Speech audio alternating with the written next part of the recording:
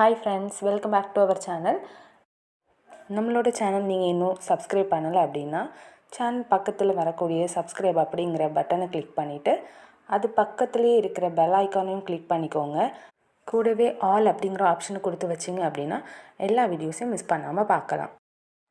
நாம் இன்றைக்கி closed box chain stitch தான் பார்க்க போகிறோம். அதுக்கு 3 லைன்ஸ் நம்ம ட்ரா பண்ணி எடுத்துக்கணும்.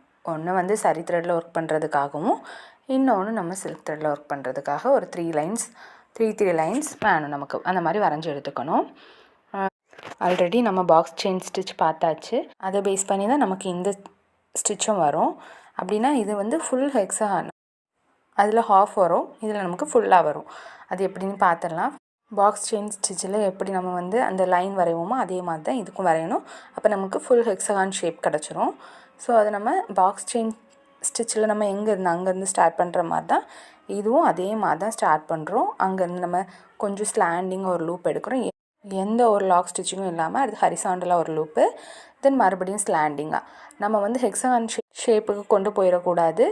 நம்ம ஹரிசாண்டலில் சென்டரில் வரதில் அந்த லைனில் ஒரு ஹரிசாண்டலாக ஒரு லூப் போட்டுட்டு அகெயின் நம்ம ஸ்லாண்டிங் லூப்பு, மேலே டாப் லைனில் ஒரு ஹரிசாண்டல் லூப்பு, தென் ஸ்லாண்டிங் சென்டரில் இருக்கிற லைனுக்கு ஒரு ஹரிசாண்டல் லூப்பு.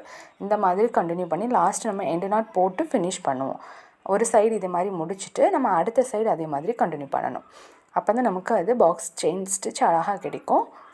நம்ம இனி அடுத்த சைடு, அதாவது கீழே நம்ம இதே மாதிரி மேலே எப்படி போட்டோமோ அதே மாதிரி கீழே இருக்கிற பாட்டம் லைனுக்கும் நம்ம போட்டு முடித்தோன்னா கரெக்டாக முடிச்சிடலாம். நமக்கு இது ஃபினிஷ் பண்ணும்போது ஹெக்ஸாகன் ஷேப் கிடச்ச மாதிரியே இருக்குது பார்த்தீங்களா? அதனால தான் இது ஹெக்ஸாகன் ஸ்டிச்சுன்னு சொல்லலாம், இல்லைனா பாக்ஸ் செயின் ஸ்டிச், அதாவது க்ளோஸ்டு பாக்ஸ் செயின் ஸ்டிச்சு அப்படின்னு சொல்லலாம். இனி நம்ம சில்க் த்ரெட்டில் இந்த மாதிரி தான் நம்ம ட்ரா பண்ணி எடுக்கணும். ஃபஸ்ட்டு ஹெக்ஸாகன் ஷேப் எந்த மாதிரினா இப்படி தான் நம்ம ட்ரா பண்ணணும். அதாவது மேலே டாப்பில் இருக்கிற லைன் போட்டுட்டு கீழே இருக்கிற லைனுக்கும் அதே மாதிரி நம்ம ட்ரா பண்ணி எடுப்போம். எப்போவுமே நம்ம சரி த்ரெட்டில் ப்ராக்டிஸ் பண்ணிவிட்டு சில்க் த்ரெட்லேயும் ப்ராக்டிஸ் பண்ணணும்.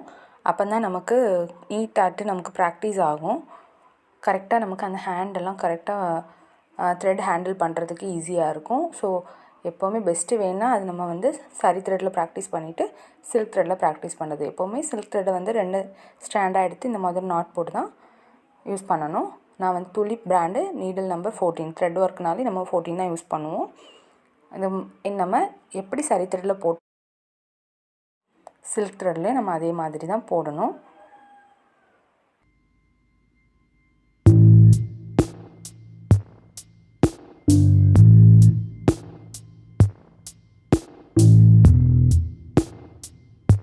ஆரி ஒர்க் இப்போ தான் நீங்கள் பழகுறீங்க அப்படின்னா உங்களுக்கு என்னோடய கிளாஸ் கண்டிப்பாக யூஸ்ஃபுல்லாக இருக்கும்.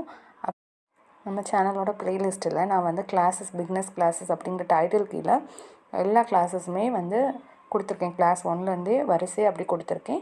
நீங்கள் அதை பார்த்து ஈஸியாக வீட்டிலேருந்து ஆரி ஒர்க் கற்றுக்க முடியும். ஆரி ஒர்க்கில் இன்ட்ரெஸ்ட் இருந்துச்சுன்னா என்னோடய சேனல் மறக்காமல் சப்ஸ்கிரைப் பண்ணி வைங்க.